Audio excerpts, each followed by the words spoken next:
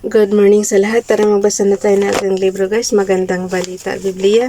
Today is 30 May 2024. Nandito tayo sa aklat ng Isaiah chapter 62. Pakisabayan ako ng basa guys para pare-pareho tayo dito matuto. Isaiah chapter 62 verse 1. Magsasalita ako para lumakas ang loob ng Jerusalem. Hindi ako tatahimik hanggang hindi niya nakakamit ang kaligtasan, hanggang sa makita ang kanyang tagumpay na parang sulong nagliliyab.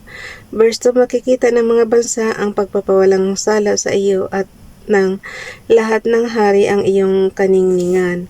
Ikaw ay tatawagin sa isang bagong pangalan na si Yahweh mismo ang magkakaloob. Verse 3, ikaw ay magiging magandang korona sa kamay ni Yahweh, isang maharlikang potong na hawak ng Diyos. Verse 4, hindi ka natatawaging pinabayaan at ang lupain mo'y hindi na rin tatawaging asawang iniwanan. Ang itatawag na sa iyo ay kinalulugdan ng Diyos, at ang lupain mo'y tatawaging maligayang asawa sapagkat si Yahweh ay nalulugod sa iyo at ikaw ay magiging parang asawa sa iyong lupain. Verse 5, tulad ng isang binatang ikinakasal sa isang berhen, ikaw ay pakakasalan ng sa iyo ay lumikha. Kung paanong nagagalak ang binata sa kanyang kasintahan, ganon din ang kagalakan ng Diyos sa iyo. Isaiah chapter 62 verse 6, naglagay ako ng mga bantay sa mga pader mo, Jerusalem. Hindi sila tatahimik araw at gabi. Ipapaalala nila kay Yahweh ang kanyang pangako upang hindi niya ito makalimutan. Verse 7, huwag ninyo siyang pagpapahingahin hanggang hindi niya na itatatag muli itong Jerusalem, isang lungsod na pinupuri ng buong mundo. Verse 8, sumumpa si Yahweh at gagawin niya iyon sa pamamagitan ng kanyang kapangyarihan. Hindi na ibibigay ang inyong ani upang kainin ng mga kaaway. Hindi rin makakainom ng mga dayuhan. Hindi rin makakainom ang mga dayuhan sa alak na inyong pinaghirapan. Verse 9, kayong nagpagod at nagpakahirap, nagtanim, nag-ani ang siyang makikinabang at magpupuri kay Yahweh. Kayong nag-alaga at nagpakahirap sa mga ubasan, kayo ang iinom ng alak sa mga bulwagan ng aking templo. Verse 10, pumasok kayo at dumaan sa mga pintuan, gumawa kayo ng daan para sa ating kababayang nagsisibalik, maghanda kayo ng malawak na lansangan, alisan ninyo ito ng mga bato, maglagay kayo ng mga tanda upang malaman ng mga bansa. Verse 11, na si Yahweh ay nagpapahayag sa buong lupa. Sabihin mo sa mga taga-Zion, narito dumarating na ang inyong tagapagligtas, dala niya ang gantimpala sa mga hinirang. Isaiah chapter 62 verse 12. Sila'y tatawagin ng mga tao na bayang banal na tinubos ni Yahweh, tatawagin silang lungsod na minamahal ng Diyos, lungsod na hindi pinabayaan ng Diyos. Napakaswerte talaga ng Jerusalem guys. Ang tagumpay ni Yahweh laban sa mga bansa. Isaiah chapter 63 verse 1. Sino itong dumarating na buhat sa Edom? Buhat sa Busra na ang maringal na kasuotan ay kulay pula? Sino ang magiting na lalaki ito na kung lumakad ay puno ng kasiglahan?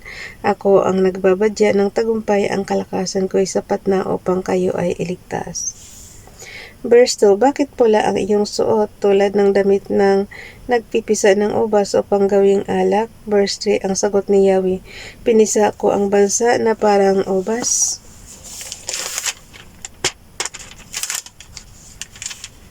Wala man lang tumulong sa akin, tinapakan ko sila sa tindi ng aking galit, kaya natigmak sa dugo ang aking damit. Verse 4, nagtakda na ako ng araw upang maghiganti, sapagkat dumating na ang panahon ng aking pagliligtas. Verse 5, ako'y naghanap ng makakatulong ngunit walang nakita. Kahit isa, ako'y pinalakas ng aking galit at mag-isa kong nakamit ang pagtatagumpay. Verse 6, sa tindi ng aking galit ay dinurog ko ang mga bansa, aking ibinuhos ang kanilang mga dugo sa lupa. Isaiah chapter 63 verse 7, ang kabutihan ni Yahweh sa Israel Isaiah chapter 63 verse 7, aking sasaysayin ang pag-ibig ni Yahweh na hindi nagmamalib. Pupurihin ko siya sa lahat ng bagay na kanyang ginawa para sa atin. Tunay na kanyang pinagpala ang bayang Israel dahil sa kahabagan niya at tugas na pag-ibig. Sabi ko sa inyo guys, mercy lang ni Father God ang makakapagligtas eh. Verse 8, sinabi ni Yahweh, sila ang bayan ko na aking hinirang, kaya hindi nila ako pagtataksilan, iniligtas niya sila. Verse 9, sa kapahamakan at kahirapan, hindi isang anghel, kung hindi si Yahweh mismo ang nagligtas sa kanila. Iniligtas sila dahil sa pag-ibig niya at habag na sa simula pa ay kanya nang ipinakita. Verse 10, ngunit sa kabila nito sila'y naghimagsik at pinighati nila ang kanyang banal na espiritu dahil doon naging kaaway nila si Yahweh. Verse 11, pagkatapos naalala nila ang panahon ni Moises, ang lingkod ni Yahweh, ang tanong nila, nasaan na si Yahweh na nagligtas sa mga pinuno ng kanyang bayan nang sila'y tumawid sa dagat na mga tambo? Nasaan na si Yahweh na nagbigay ng kanyang banal na espiritu kay Moises? Verse 12, sa pangalan ni Yahweh, hinawi ni Moises ang tubig ng dagat kaya ang Israel doon ay naligtas at siya ay natanyag sa lahat para sa kanyang sarili. Verse 13, natawid nila ang karagatan sa tulong ni Yahweh parang kabayong matatag na hindi nabuwal. Verse 14, kung paanong ang kawan ay dinadala sa sariwang pastulan, ang espiritu ni Yahweh ang nagbigay ng kapahingahan sa kanyang bayan at sila'y ginabayan upang siya ay maparangalan. Dalangin para sa tulong ni Yahweh. Isaiah chapter 63 verse 15, magmula sa langit tunghayan mo kami Yahweh at iyong pagmasdan mula sa iyong dakila at banal na trono. Saan ba naroon ang malasakit mo at kapangyarihan? Pag-ibig mo at kahabagan, huwag kaming pagkaitan. Isaiah chapter 63 verse 16, kung walang nagawa sa amin si Jacob at Abraham, ikaw lamang Yahweh ang aming pag-asa at amang aasahan, tangi ikaw lamang ang nagliligtas ng aming buhay. Verse 17, bakit ba o Yahweh kami tinulutang maligaw ng landas at ang puso namin iyong hinayaang maging matigas? Balikan mo kami at iyong kaawaan, mga lingkod mo na tanging iyo lamang. Isaiah chapter 63 verse 18, kami na iyong banal na bayan ay sandaling itinaboy ng mangkaaway, winasak nila ang iyong santuaryo.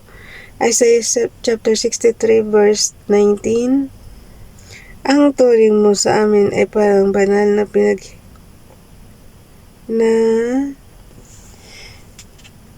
Okay, ulit guys. Isaiah chapter 63 verse 19, ang turing mo sa amin ay parang hindi mo pinamahalaan, ang nakakatulad ay mga nilalang na di nakaranas na iyong pagharian. So, bukas na itong chapter 64 guys. Tomorrow is May 31, 2024.